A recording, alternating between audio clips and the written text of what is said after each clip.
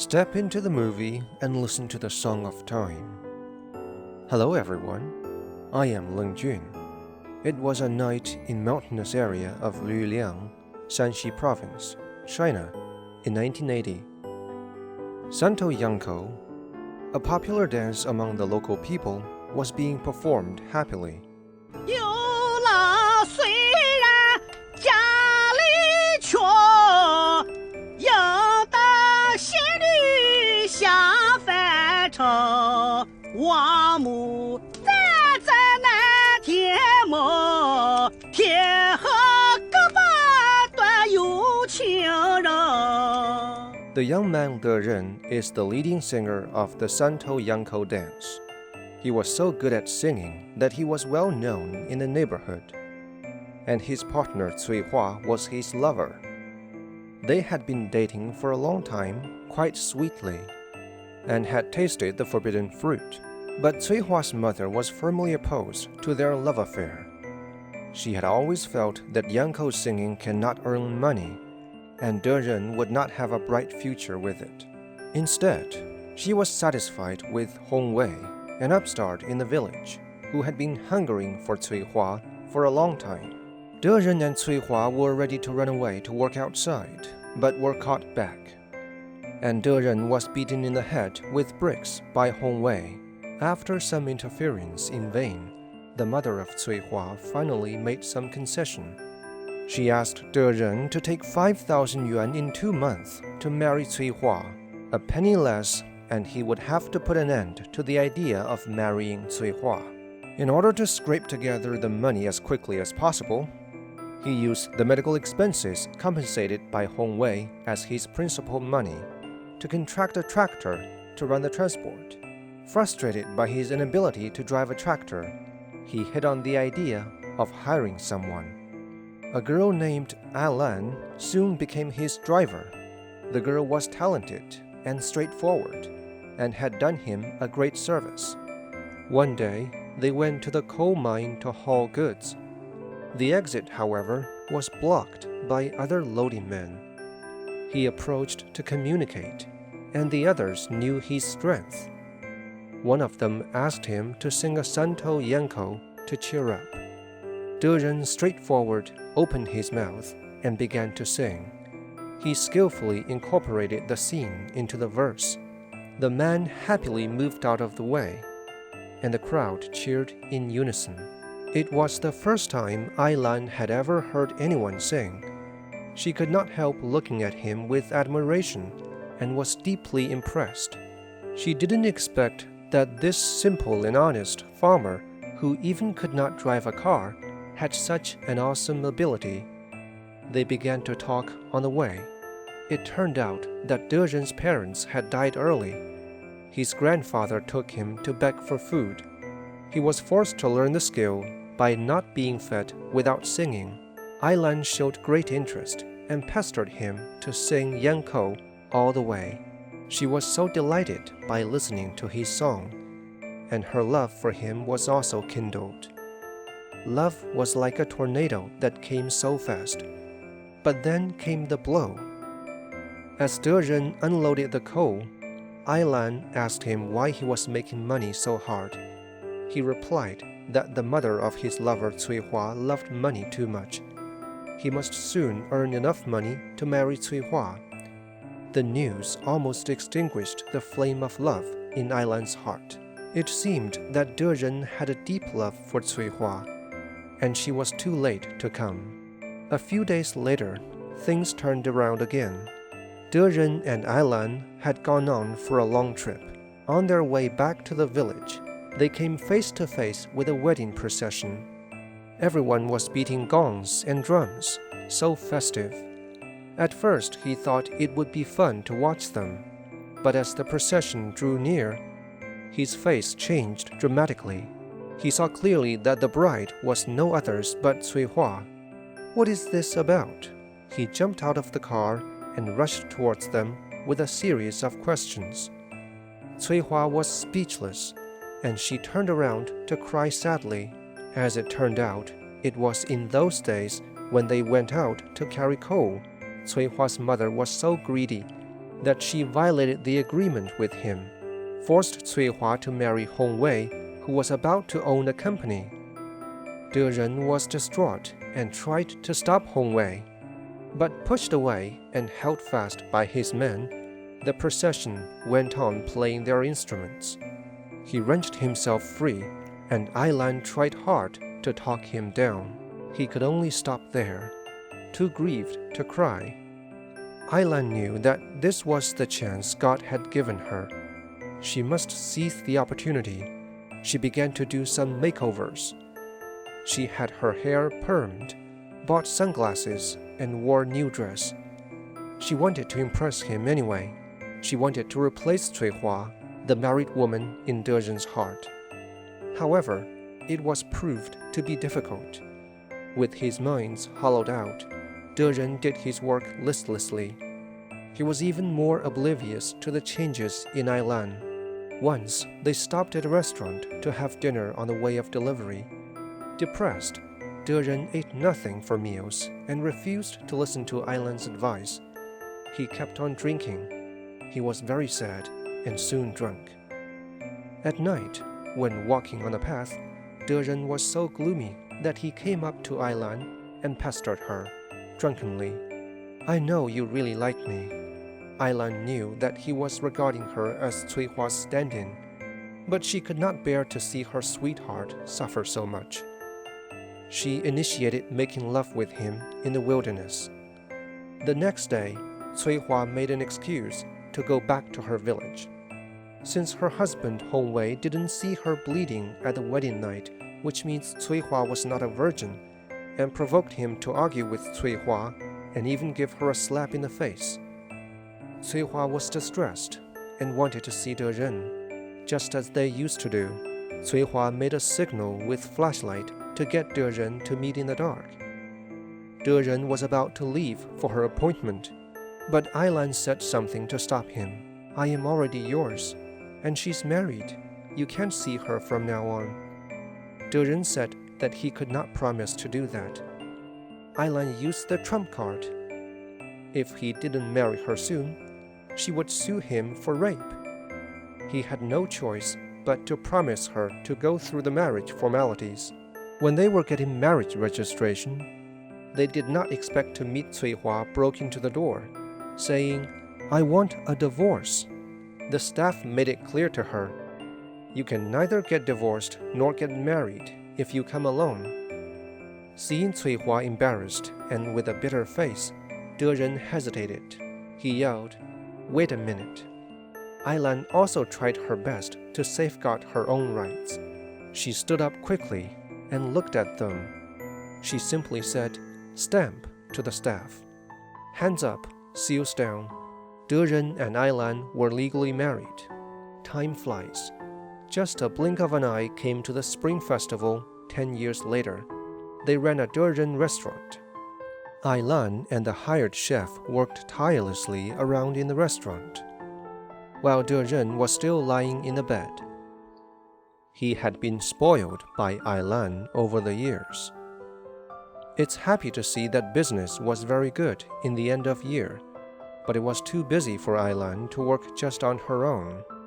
She sent De Ren to the street to do some shopping, but he ran into some old friends in the street singing the Santo Yangko songs. He couldn't resist coming forward to participate in the performance. Ailan waited for a long time for him, but he did not come back. And when she found him, she was very angry. The delicatessen De Ren just bought had already been eaten up by others. It seemed impossible to depend on her husband to do business. So Ailan asked him to go to the school to pick up their daughter, Qingqing. But this let De Ren have an opportunity to encounter Cui Hua and her son Benben, however. He also learned the fact that Cui Hua had been divorced from the cheating Hong Wei. He came home with a worried air, unable to swallow the delicious food that Ailan made for him. His mind, which had been silent for 10 years, began to flourish again. Soon, the moving heart moved to the action. He took the opportunity of picking up his child. He tossed a note to his first love. In the evening, the two met under the bridge. He had a detailed understanding of Cui Hua's current situation. He faced Cui Hua's inquiry. "These years, you still think of me?" He responded by holding her hands and giving a warm hug.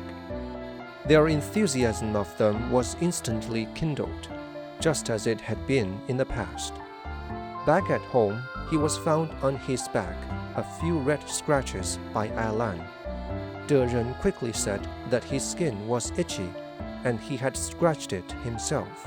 The next day, he found a reason to go to town to get cheap cooking oil.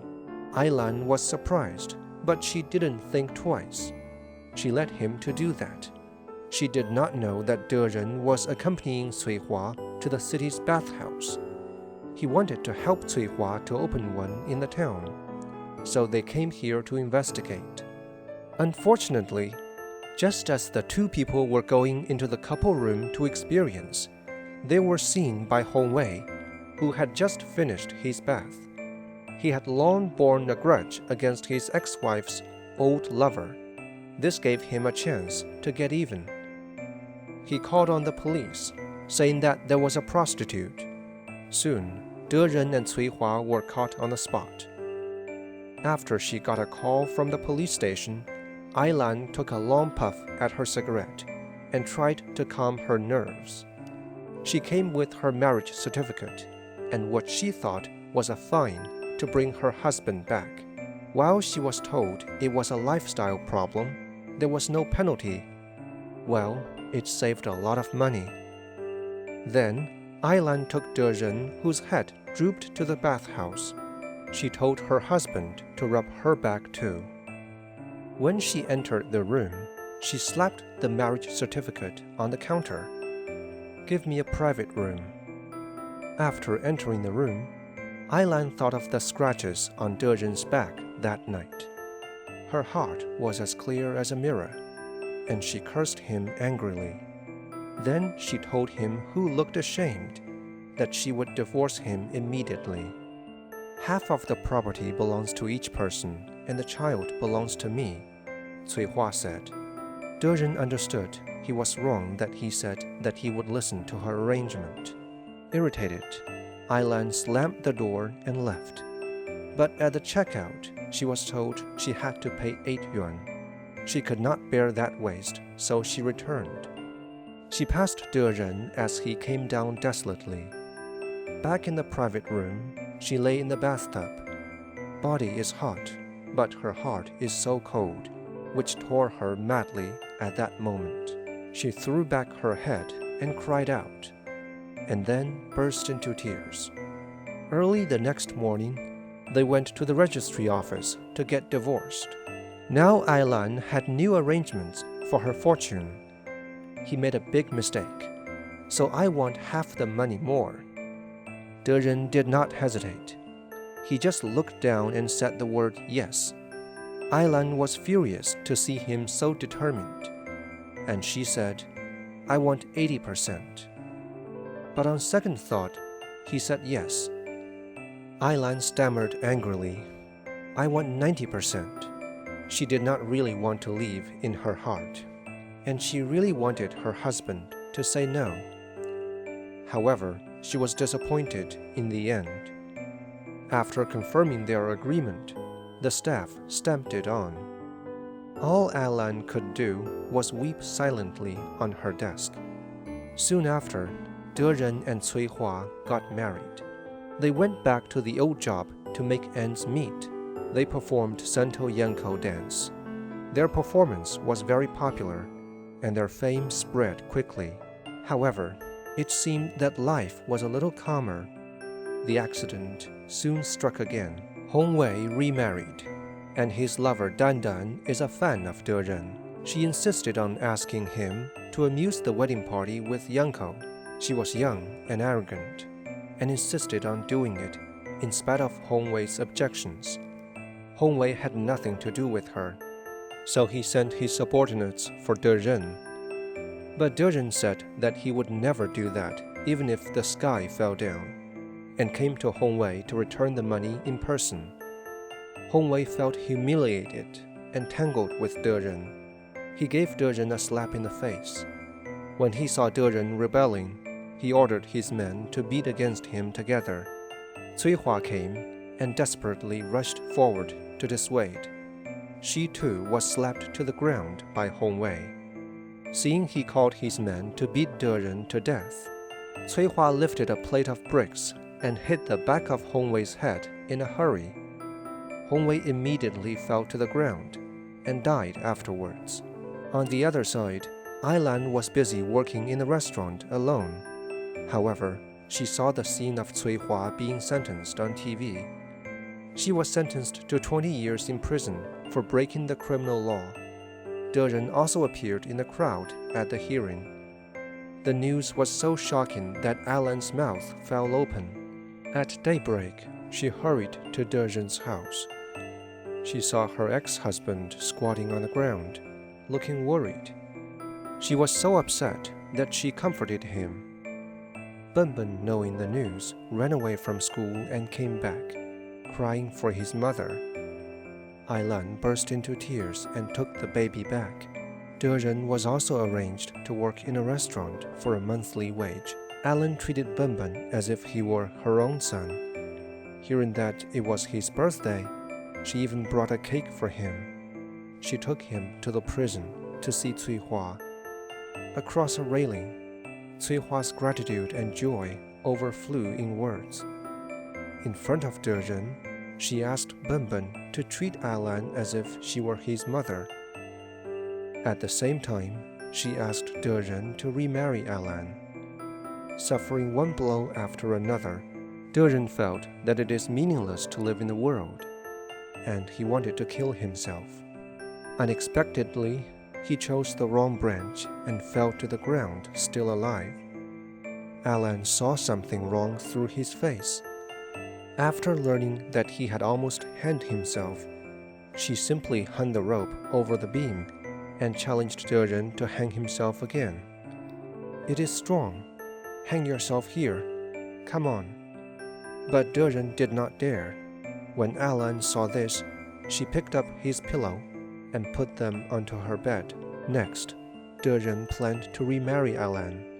But first, he had to divorce Cui Hua. So Cui Hua must be present. But the prison also has its own rules. Prisoners cannot go out. The prison leader suggested that the Civil Affairs Bureau send someone to the prison to do it. The Civil Affairs Bureau said there was no such precedent. Anyway, after some prevarication, divorce process could not be done. De Ren and Ailan's registering had to be put on hold. Ailan, being reasonable, comforted him. "It does not matter. You are the father of Qingqing after all. And I am the mother of Qingqing." Then it delayed 20 years. It's 2010. Ailan's daughter Qingqing had been married, and Cui Hua's son Benben became a doctor, and he also had a girlfriend. In face of demolition for urban reconstruction, Ailan saw the big picture that she closed the restaurant and received the demolition subsidy. The family was getting better and better. However, Ailan was found to have advanced lung cancer. Outside the ward, De Ren squatted in the corner, crying bitterly. In the ward, Qingqing and Benben silently washed Ailan's feet. She reassured her family with a satisfied smile on her face. "You don't have to hide it from me. I can get away with it." She said that she didn't want to suffer in hospital, but wanted De Ren to accompany her to see the sea. That was what he had been wanting for a long time. De Ren promised, and soon he took Ailan to the beach. Ailan was lounging on the beach. She suddenly asked De Ren, 我活不了几天了。你刚刚说句真心话，你爱过我吗？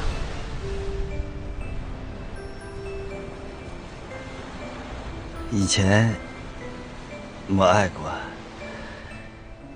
现在爱了，可有些晚了。Alan smiled and led him to repeat the key sentence that she wanted to hear most again and again. Deren seemed to understand it.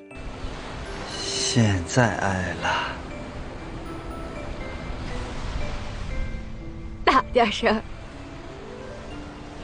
我听不见。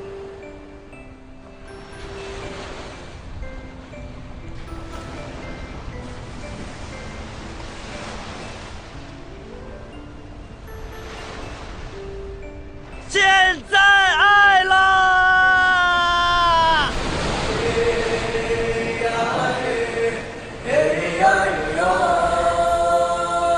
现在爱了！ His loud cries echoed in the sea breeze, along with the tears of joy that filled Alan's eyes. After returning home, Alan became increasingly ill, but she was still counting the days. She was looking forward to the day that Cui Hua would get out of prison. After waiting for Cui Hua and Deren to divorce, she could remarry the man she had loved all her life. That way, when she left this world, people would call her as Deren's wife rather than just his good friend, even if Deren remarried Cui Hua after her death. When Cui Hua finally came to her front, their hands clasped tightly. But in the end, Alan had not been able to fulfill her last wish. On the morning of the day that she planned to get her marriage license, she was cold all over. Deren could never wake up the woman to whom he had been indebted all his life. But Alan had already left a mobile phone recording to Benben. She told him to make sure his mother Cui Hua and foster father Deren were together.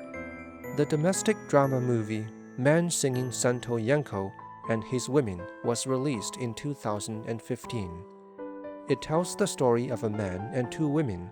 Their decades-long romantic imbroglio is like the revolving scenic lamp, on and off. The story took place and filmed in Linxian County, Shanxi Province. Santo Yangko is a traditional local performing art form. The leader holds a flowered umbrella. Dance while singing Yangko, hence the name. The Santo Yangko dance was added to the list of intangible cultural heritage in 2008. Improvisation is its most notable feature, which extremely tests the performer's ability to adapt to the situation, and Santo is the leader of the whole team. More wonderful than the artistic performance is the film's deep exploration of human nature. In the early 1980s, reform began to take off. The yellow soil began to thaw for that.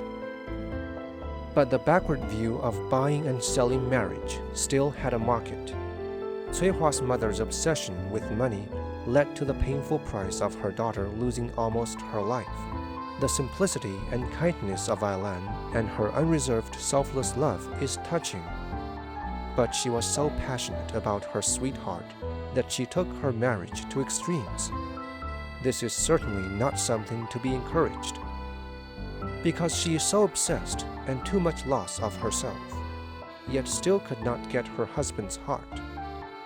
Decades of affectionate giving, finally in return for a husband with great talent but little sense of responsibility.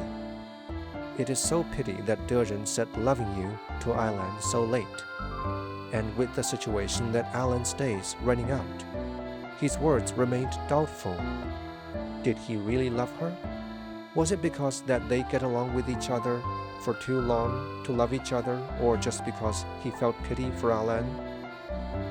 I'm sure everybody thinks different. Only hoping that when Deren walked through the white snow to meet his true love Cui Hua again, there would be a little bit room for Alan deep down his heart. Well, that's all for today's movie. Thanks so much for watching. And if you like this, subscribe for more videos. The new story will be updated soon.